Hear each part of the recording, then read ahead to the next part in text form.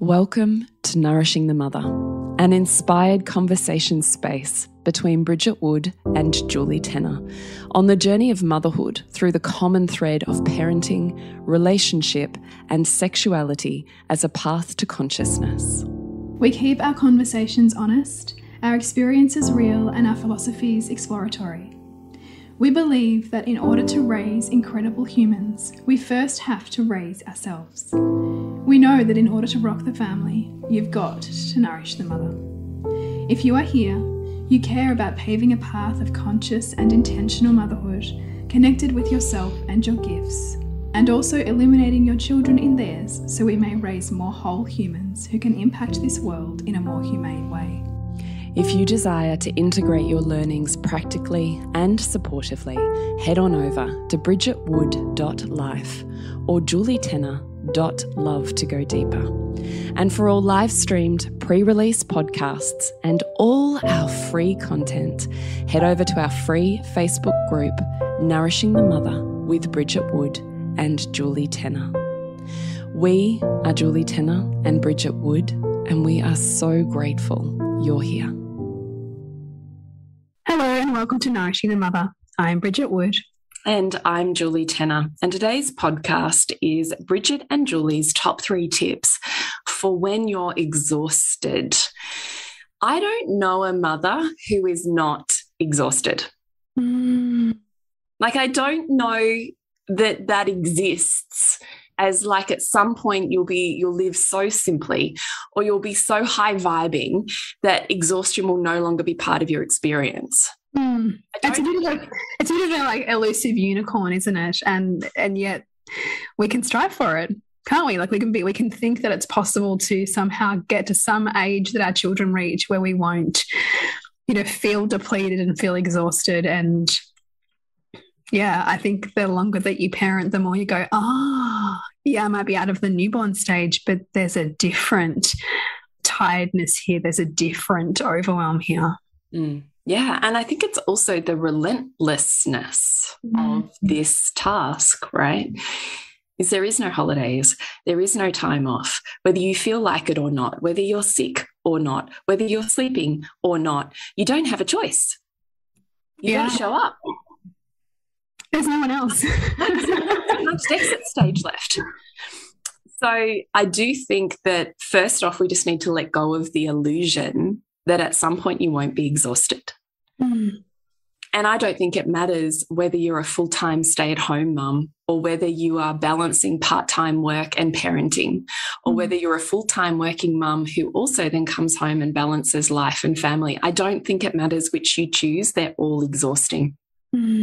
I love that acknowledgement because I think in that there's like a breath of like relief. Even though there's part of you that doesn't want that to be true, there's also an acknowledgement of where you find yourself. Yeah. I know mums across all of those iterations. I myself have experienced every single one of those iterations. Exhaustion's still there. Yeah. In fact, I was having my nails done a little while back, and this beautiful woman I was sitting in front of, having a conversation, and I must have caught her on a day when she was really exhausted and having one of those days, that we all get and that veneer cracks a little. Yeah, and you're a bit weepy. You're a bit weepy, yeah. So, of course, she's sitting in front of me. Perfect. Like, of course, on the day that you have that, you're going to be sitting in front of me. And so I just, really gently, because I don't know her, and there's a cultural divide that I think she doesn't want to, open up so fully and totally.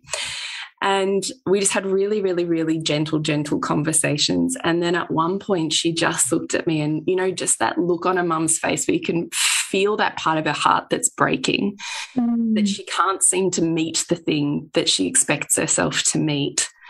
And she's so exhausted. And it doesn't matter which way she steps, it's all wrong. Yeah. You know that? Yeah. My heart just broke for her, and she just looked at me and she said, I'm so exhausted.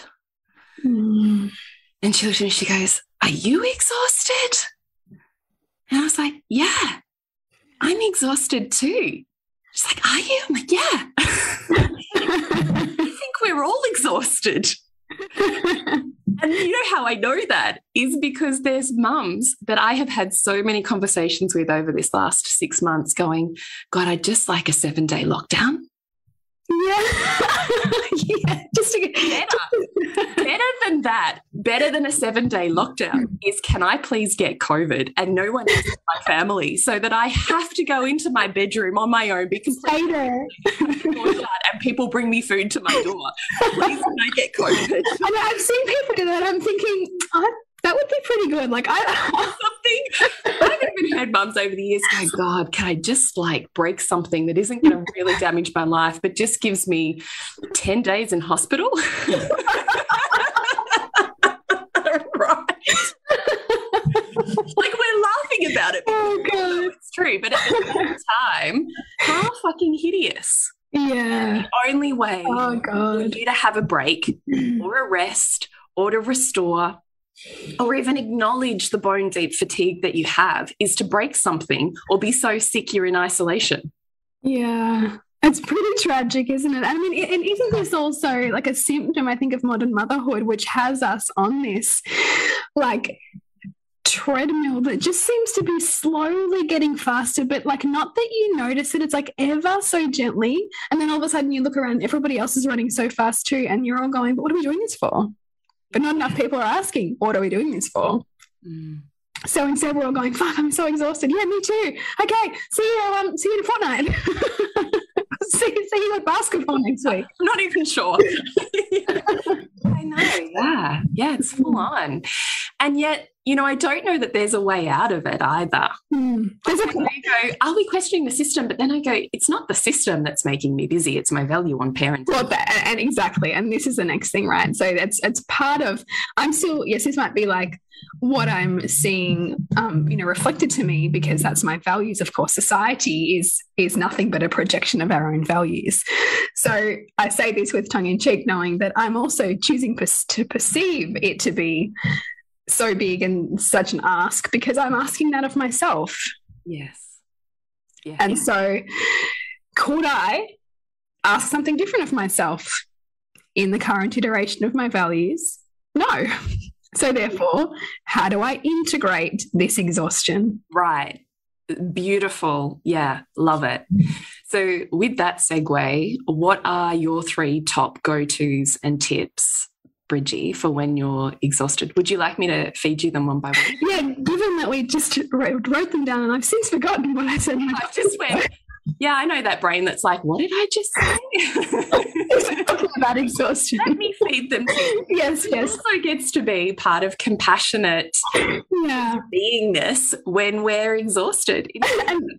The whole thing about the baby brain, it doesn't just it doesn't go away once you baby. And in fact, I was at the hairdresser this morning and we were talking about that. I'm like, oh God, because she had this spaz and couldn't remember my, her brain did like a conniption and she couldn't remember my husband's name. No, we've been friends for like years and years and years and years and years.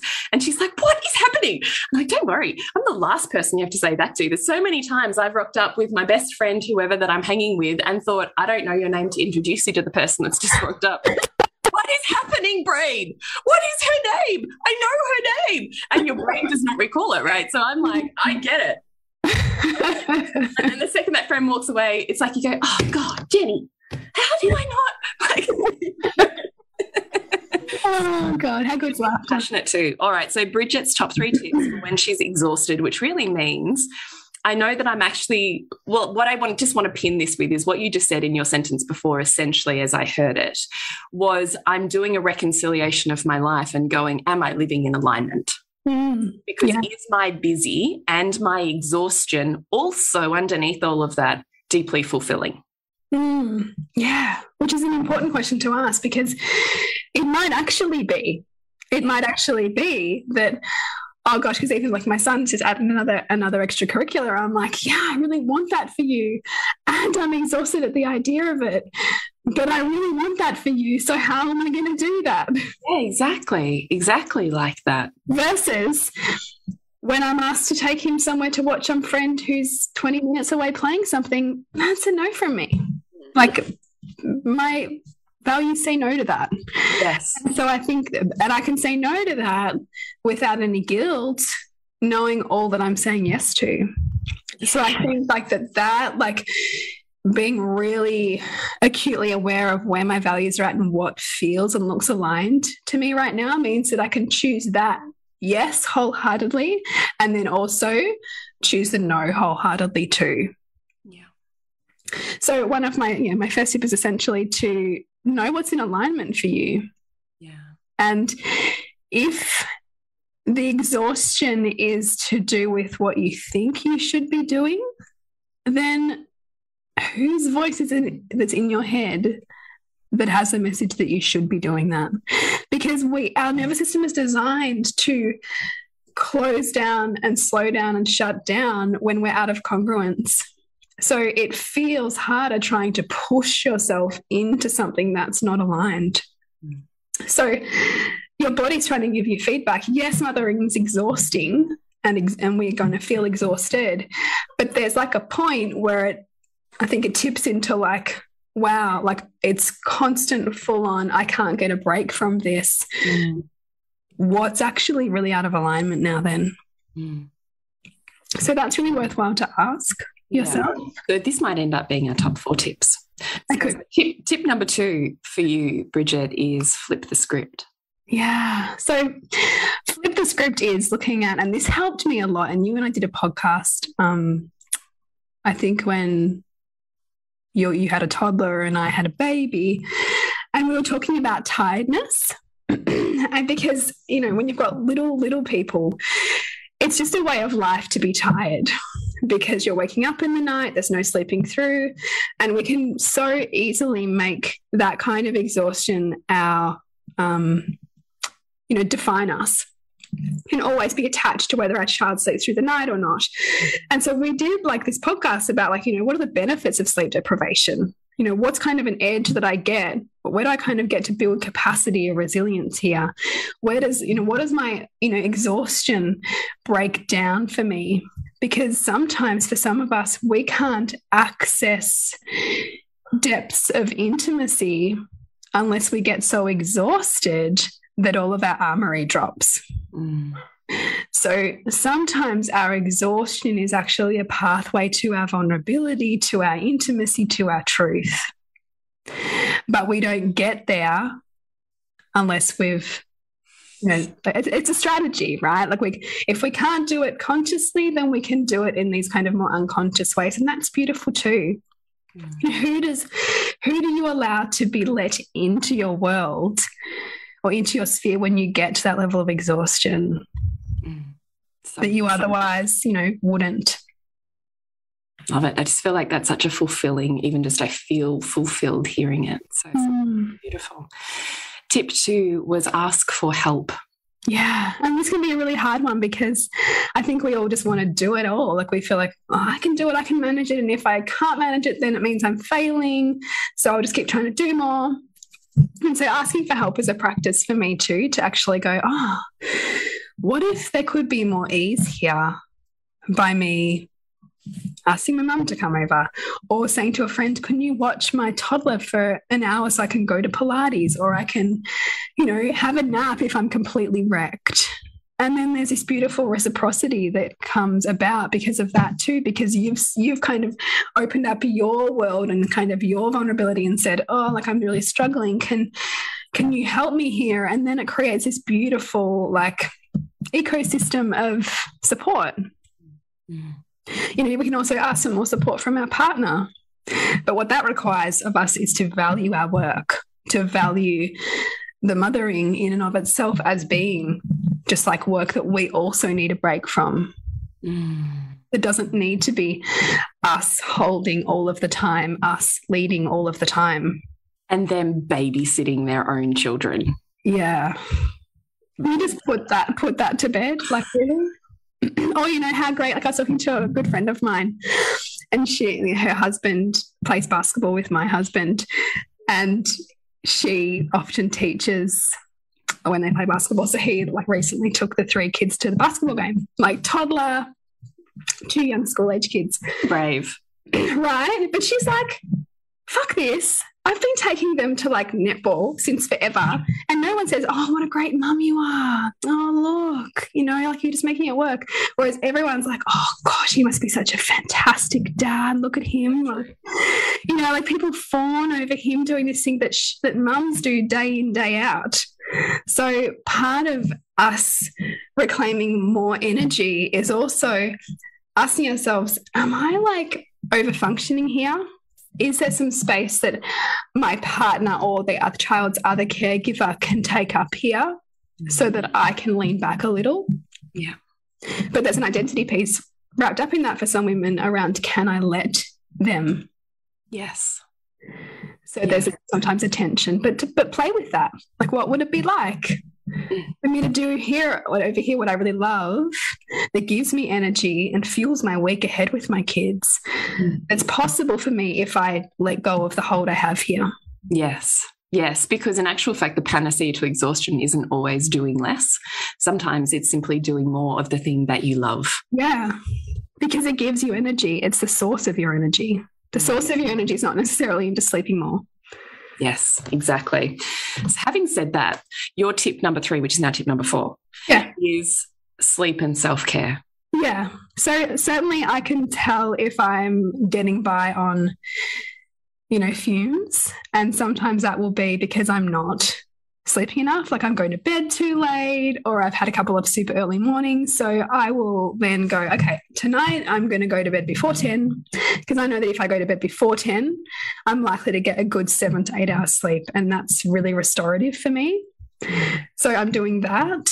And then I am upping all of like the food. Like, so even the other day, like I made a massive batch of bone broth, and I just like had a bone broth fast for a day, because I was like, I know I just want to replenish my body with fundamental basics and not even overload my digestion right now, like, because that was feeling exhausting. And then, you know, up the magnesium, just whatever else feels like it's going to just be supporting the basics. But yeah, I mean, sleep, I think we kind of can't hear that enough. As you and I both said, like, I'm like, haven't we talked about sleep before? And you're like, yeah, but how often do we need the reminder? Because we can get stuck enjoying the sanctity of our own silence at night. Right. Yeah. You become your own inner teenager that your own inner mother's going, you should go to bed. And your teenager's like, fuck you, I'm staying up. Yeah. Definitely not thinking about the consequences. No, right? Yeah, I get it though. I get that wrestle completely. Yeah. This podcast is brought to you by the offers we currently have on in our world. So over at bridgetwood.life, you can find out more about the Reimagining Motherhood membership. It's the place where conscious parenting and the whole woman collide to empower you in motherhood. And Jules. Over at julietenner.love is the online couples workshop experience. It's 12 dates that you join from the comfort of your bedroom or lounge room, cameras off, guided by me over a 12-month experience. So one date at the beginning of each month that inspires the support and the change that you can create in the rest of your month. So it's a set it and forget it healthcare system for your relationship. You can find out more at julietenner.love. And what about your 3 tips, Jules? So step number 1 for me is to invest in finding why I'm so exhausted, because I often see that this is the part that mums don't do. So, you know, a mum will fall over because she's slipped on a kid's train on the floor and have an enormous bruise, and she's limping for 3 weeks but won't have gone to see anyone. Or she accepts that the baseline of her total exhaustion is her normal, and that it is normal, and won't go and see anyone. Or like me with my prolapse, well, there's so much shame, I just won't go and see anyone and I'll just keep dealing. Or my digestion that's hideous and I have to run to the toilet, or I'm so constipated I'm in pain, or I'm bloated, but I won't go and see anyone. Yeah. For some reason, well, I mean, we know the reasons, a lot of reasons, but women continuously, mothers continuously do not prioritize the investment in their own healthcare.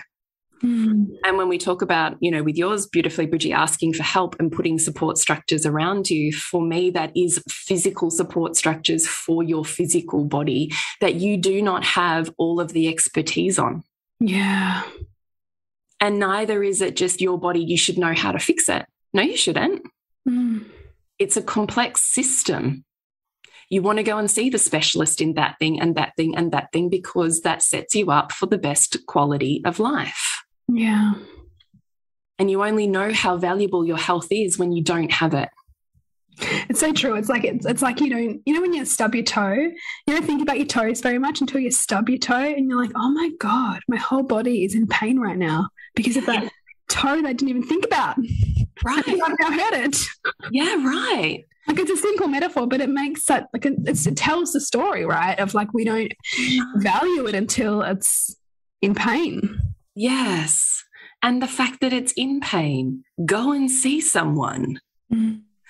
So one of the best things I ever did with my exhaustion was going to see my homeopath, and we did these really in-depth tests where I found out actually I was adrenally exhausted because my cortisol was fucking through the roof. Yeah. But I didn't know that. I thought it was my hormones, which seems to be the fallback for most women. Oh, it's just my hormones. Yeah. This happens every 28 days. Oh, this is just because I've had a baby. This is because my cycle's no. There's more than just estrogen and progesterone. There's plenty of other things that influence how your body functions. So go and get the tests, go and get the assessments, go and find the people who can help you support your body so you can do your best work, because you can't if so much energy is going just to keeping you standing upright in a day.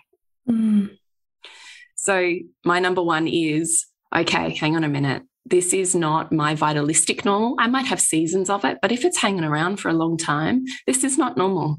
And it doesn't have to be my normal, and I don't have to accept and tolerate that it is. Yeah, I love that. So what do I want to go and do about that? Who do I want to go and see? And, for me, my TCM practitioner, acupuncture, herbs, she has been freaking phenomenal. So she's now just built in. I see her every 3 weeks because I feel so much better when I do. So good. Support my body, move my energy channels, give me some herbs to tweak the things that aren't functioning quite right. And all of a sudden, I'm so much more available for all of the other stuff I want to do because I'm not spending so much energy in the shit that I don't want to do. So go and get the help. Go and pay the expert to help your body. Go and do it. I don't want women to continue to just live with broken bodies.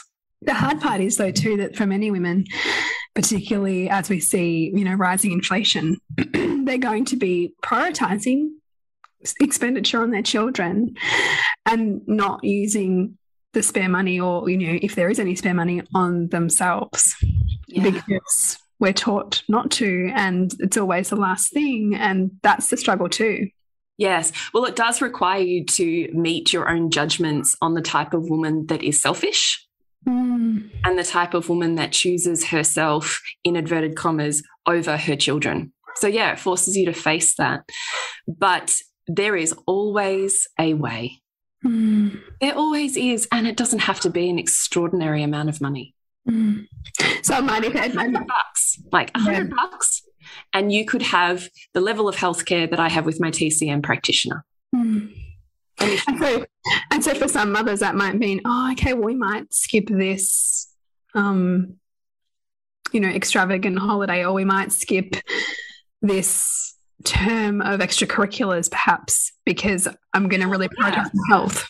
Or I'm not going to buy coffee out. Yeah. Or I'm not going to do, breakfasts out. I'm going to have a coffee instead. I don't know. I always think it's worth doing assessment of where your money's going, because you want to really know that it's going in alignment with your highest values. And often what happens is we perceive we have no money, but that's because we're not aware of where we're spending it. So I do think it's also a complex issue on that, and finding the services that you can access. There's you could easily go to a bulk billing GP that charges you nothing to get tests. Like you can start there. It doesn't have to be only allied health. There's ways to go on wait lists in public health systems for physios and for, I don't even know, to get x-rays, to get an MRI, to like all of the body things. There's always a way. And at the end of the day, it doesn't have to be this huge deal. If you go, I'd love to go and see Julie's TCM practitioner once every 3 weeks, but that's not my reality. but I could go and see her every 12 weeks. Do that. Yeah. That is better than not doing it. Absolutely. So go do it. My tip number 2 would be very much like Bridget's. I come back to basics, diet focus. Am I supplementing my body with what it needs? Which for me, my body always runs low on zinc and magnesium, and I seem to burn those things up the best. So I always up my zinc and magnesium. I always take sleep herbs so that my quality of sleep is as good as it can be. So I'm always thinking about how do I maximize the depth of sleep that I'm getting so that whatever hours I'm getting the most restoration out of. So herbs that induce deeper sleep, huge magnesium that induces deeper sleep, like supportive amino acids that induce deeper sleep. So I'm looking at that. And I always make sure in terms of functioning with my family that I keep dinner super freaking easy. What are the easiest one pot, throw in the oven meals that I can make for this next 2-week period? I'm not interested in crazy meals that take me an hour and a half, 2 hours each night. Nope, this is 15 minutes. How can I get a meal on the table? What does that need to look like for me to do that? So keep dinner easy, focus on the supplements that you need to support your body and get into deeper sleep. Then my tip number 3 would be to take a big breath in, focus on relationship, because how you feel in your relationship can often color a woman's entire world. So I can feel like all the other parts of my world are kind of together. I don't know why I'm feeling so shit, except my relationship is really not fulfilling and feeling pretty horrid and dysfunctional. And so all of my world feels horrid and dysfunctional. And the amount of energy I spend spinning my wheels on what's happening in my relationship and how do I fix it, and getting resentful and then having huge fights and then repairs. And then it's all of this huge amount of energy and drama that colors my entire world and is exhausting. Your relationship should be a place of nourishment and restoration. And if it is not, then just like we investigate our body, start asking why. And who can help me support that, just like I'm asking you to do with your body. Just because you want to be in a relationship doesn't mean you're excellent at relationship.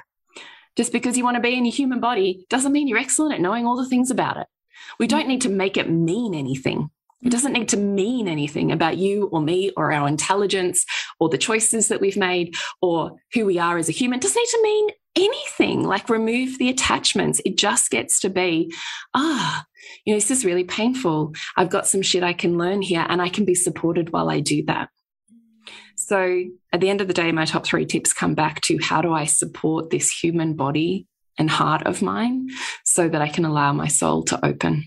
And on that last piece on relationship, I know that there's been studies that have shown that, people who are in like long-term healthy relationships have stronger immune systems. Interesting. Yeah. Because there's a co-regulatory aspect to, that kind of connected relationship that helps each immune system balance itself, which is so interesting, and it makes sense on a somatic level, but I thought it was really interesting research. I don't know if it was the Gottman Institute or somebody like that put it out. Yeah, so interesting. But it just speaks to that health piece that, there's in all areas of life, we're either going to have illness or wellness. Yeah. Or, really even wellness is a balance of illness and disease ultimately. So what do we need to come back into wellness in each of these areas that feel, out of integrity for me or out of alignment for me? What can I put in there as supportive things to help me to thrive? Yes. Because when I'm exhausted, the main person I lean on is my partner, Nick. I lean on him to reflect back to me the things I need to hear, to hold my body and what we have to get done when I really feel unable to really acknowledge how hard it is, or that it's okay to rest. That is a place I go to for nourishment. Yeah. And even just that permission. Yeah, totally. That you get then is like a breath of spaciousness. Yeah. So we would love for you to keep this podcast saved somewhere so that when you find yourself in a season of exhaustion, you get to come back here and remind yourself of options and pick the ones that feel most doable and in alignment for you. Yeah. So, Bridgie, what have you got going on in the world, girlfriend? I am about to open up some very special 3-month coaching, I guess, bundles as part of the Reimagining Motherhood membership. So if there's something that you want to dive deeper on over 3 months and also be held in the container of Reimagining Motherhood, then I really invite you to check out my website and find out more about that. It's bridgetwood.life. And what about you, Jules? Well, I have just released on a couple's online workshop experience. So it's a whole year of your dates guided by me. So it's 1 date a month that we gather for online with everybody's cameras off. So it's a very private experience that you get to have as your own date in your own lounge room. Simply that it's 12 dates of deliciousness guided by me and practices and conversations and questions that you would otherwise not make the time for. So I'm asking you to do this and prioritize 2 hours in your entire month that's dedicated to the healthcare of your relationship and your intimacy together. Then in the 3rd week, we have a coaching call in case anyone needs some tweaks and some help and some couples guidance. And twice a month, I will send reminder prompts and text messages to men and women, separate messages, just to help you keep the simmer bubbling along in the month. So if you're really ready for putting your relationship in a set it and forget it healthcare system, then that's what my online workshops for couples are. And you can find out more at julietenner.love. Such a beautiful offer. I'm so excited about it. I love that whole set and forget thing because, like it's the same thing. It's like it needs some healthcare. This is like healthcare for your relationship. And it's not that what you have isn't great, but the more you don't prioritize it. Yeah. So I'm just saying, here's your thing. You book it, you turn up for it. I got you covered, boo. So, yeah, go check that out. Love it. And we're Nourishing the Mother on Facebook and Instagram. Please reach out if you had podcast suggestions, if you want to ask us any questions. Remember to nourish the woman, to rock the family. And we'll see you next week when we continue to peel back the layers on your mothering journey. Thank you so much for listening. We literally couldn't do this without you.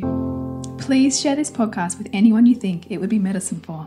If you desire to integrate your learnings practically and supportively into your life, then head on over to bridgetwood.life or julietenner.love to go deeper. And if you feel like giving back a little to this free content, please rate us on iTunes or Facebook, all of which helps the podcast reach more mamas who need this type of tonic for the soul.